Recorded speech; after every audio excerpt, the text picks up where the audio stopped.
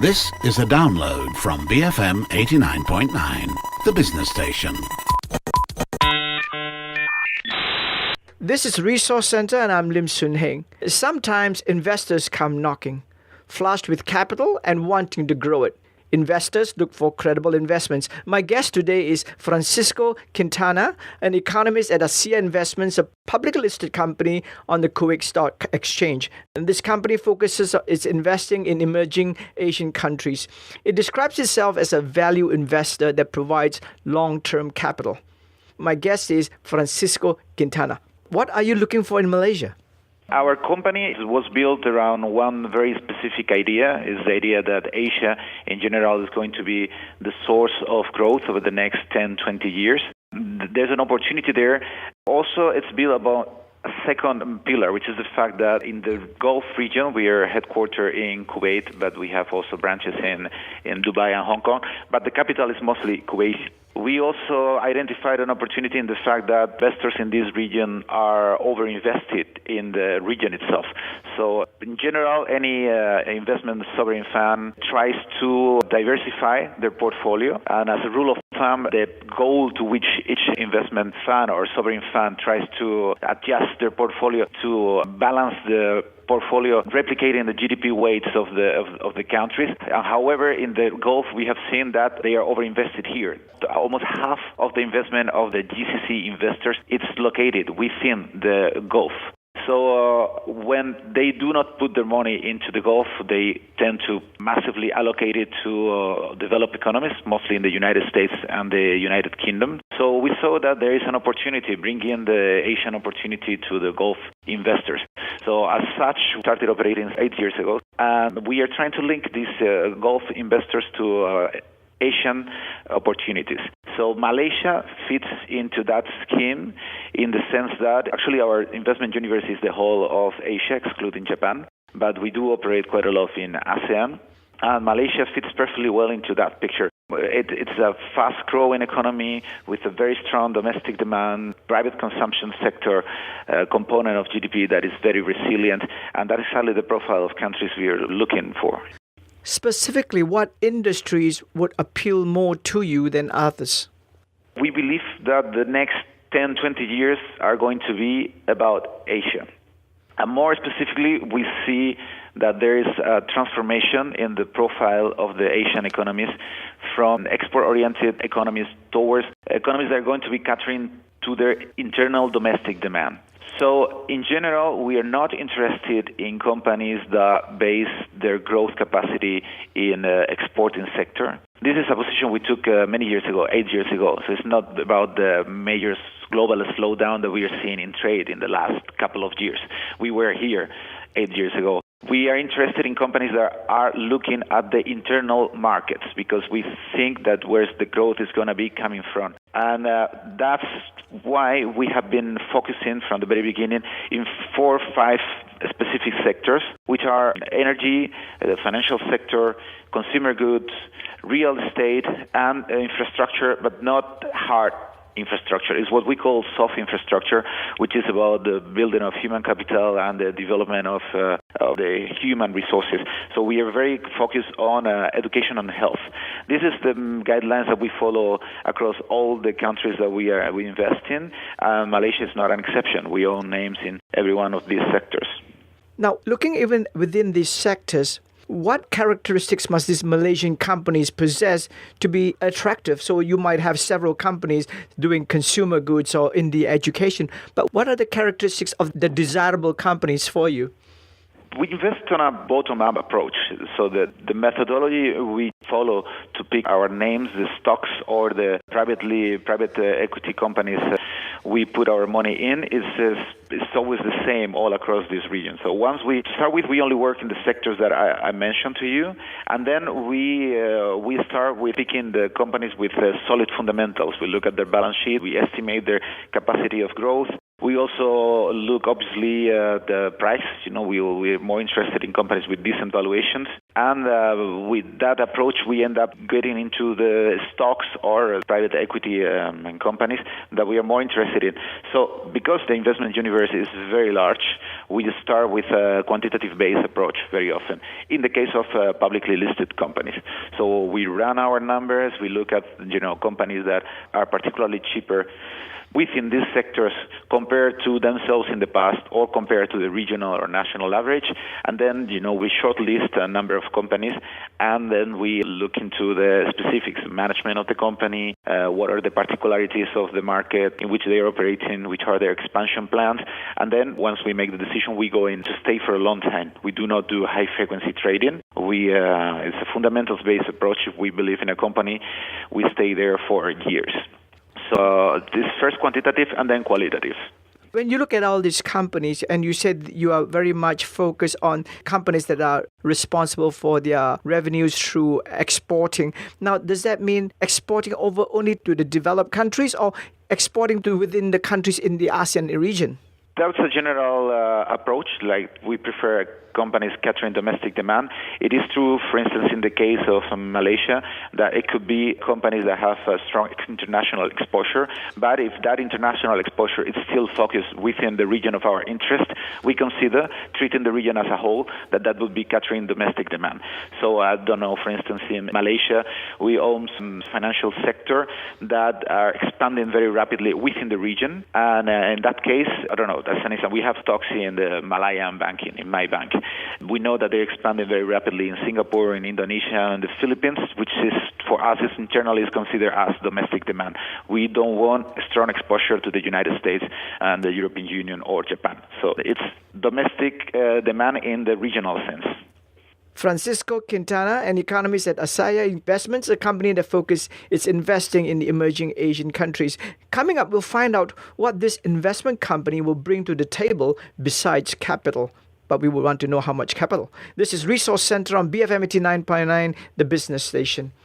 This is Resource Center, and I'm Lim Soon Heng. My guest today is an economist with ASEA Investments, the arm of the holding company which is responsible for investing in emerging economies. I'm talking to Francisco Quintana on Malaysia's appeal.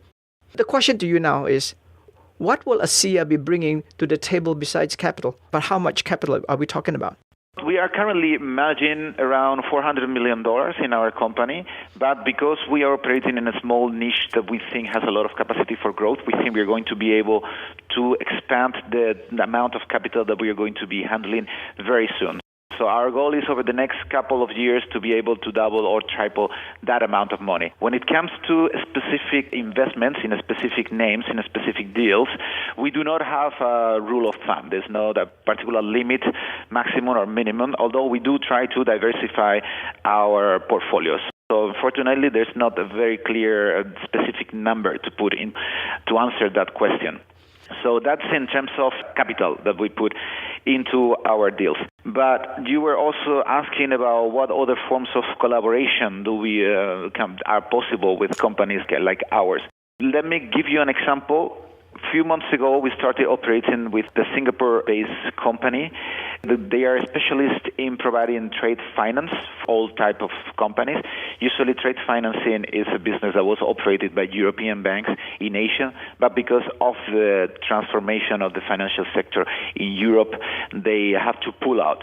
So there was a void there, and they asked us to collaborate. So we went around the Gulf. We explained what this product is around. We did adjust the product that we were marketing to make it Sharia compliant. And we found an enormous amount of interest within the Gulf investors to put their money into this kind of trade financing activity. So this is something, there was a company in Singapore that had this particular product, and they needed to be able to find a larger base of investors. So this is one form of collaboration. We're basically bringing this product into the Gulf. It's not only sending our money in there. And we think there's a lot of capacity of growth along these lines. In the particular case of Malaysia, for instance, they are one of the most sophisticated markets in terms of Islamic finance. There is a lot of interest about Islamic finance products in the region. And there's the need to diversify, as I said before, away from the Gulf.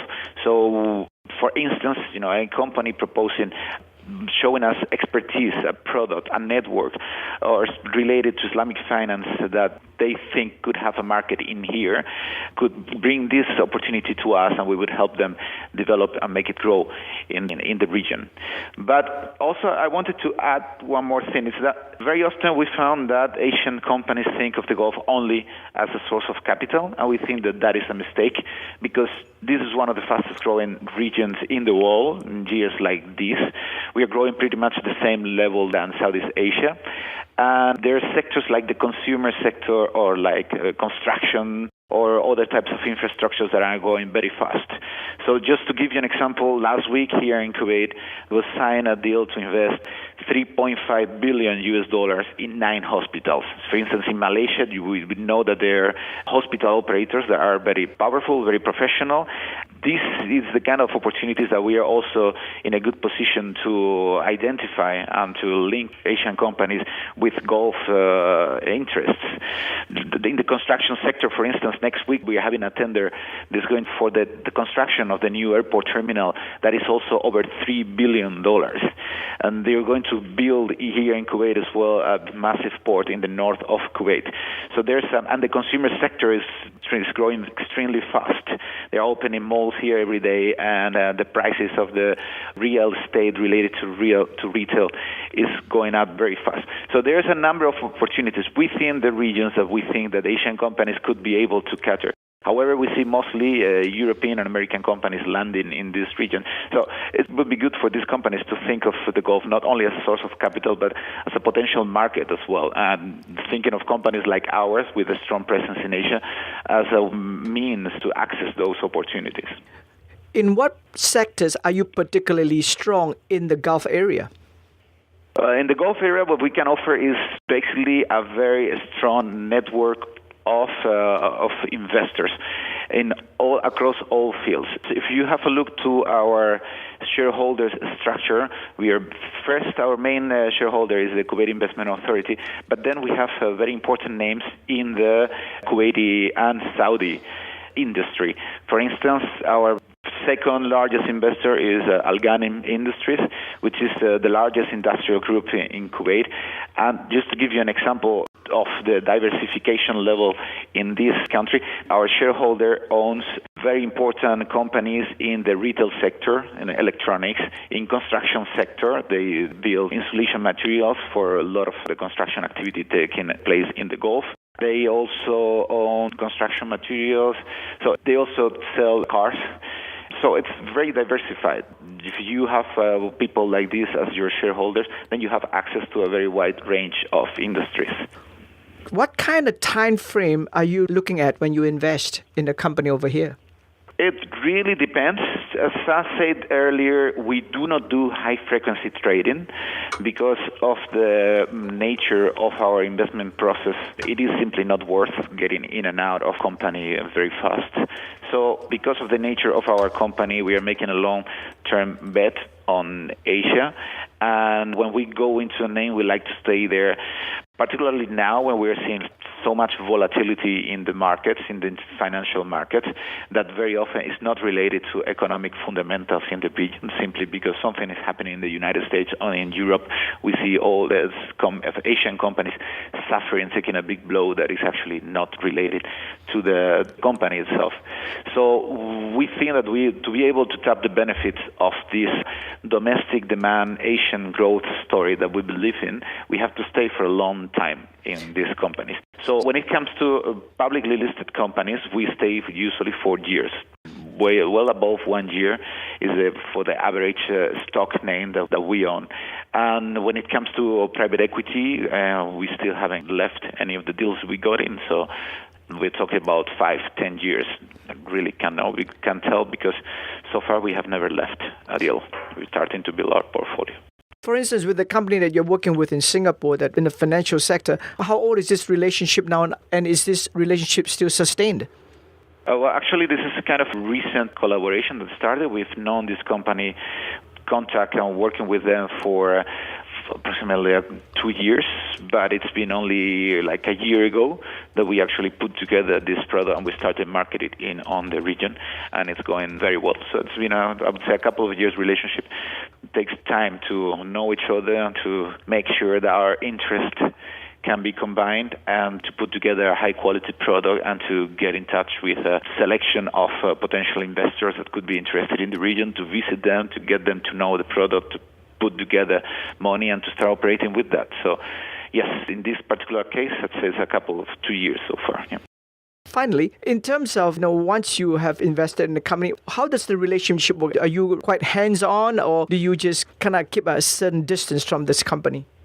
It depends. Again, in the public equity side of our portfolio, we tend not to get involved. We tend to take minority stakes, and we prefer not to be involved in the operation of the company. So we try to diversify, and we take only relatively small positions in each one of the companies that we invest in. That's on the publicly listed side of our portfolio. When it comes to private equity, we do get a more active approach. Yeah, companies that we own, we sit on their boards, we get a bit more involved in their management and strategy, and we are more familiar with them. We are a little bit more involved on the daily management, not on the daily management, but at least on the design of the strategy. So we do sit on their boards. Still, we do not take over the company. We wouldn't get into a company if we do not think that the management is good. So that's not our kind of business. Thank you very much, Francisco Quintana, economist at ASEA Investments, a company that focuses its investing in emerging Asian countries. The Investors Comes Knocking on Resource Center. I'm Lim Soon Heng, and you're on BFM 89.9, the business station. Thank you for listening to this podcast. To find more great interviews, go to bfm.my or find us on iTunes. BFM 89.9, the business station.